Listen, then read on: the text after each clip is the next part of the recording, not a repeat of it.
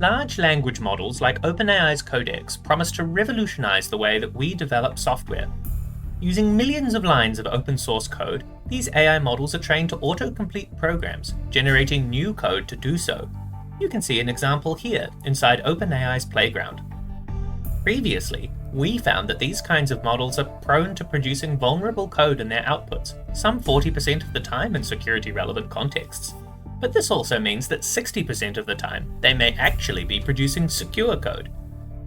Therefore, can we leverage the generative properties of these models for program repair?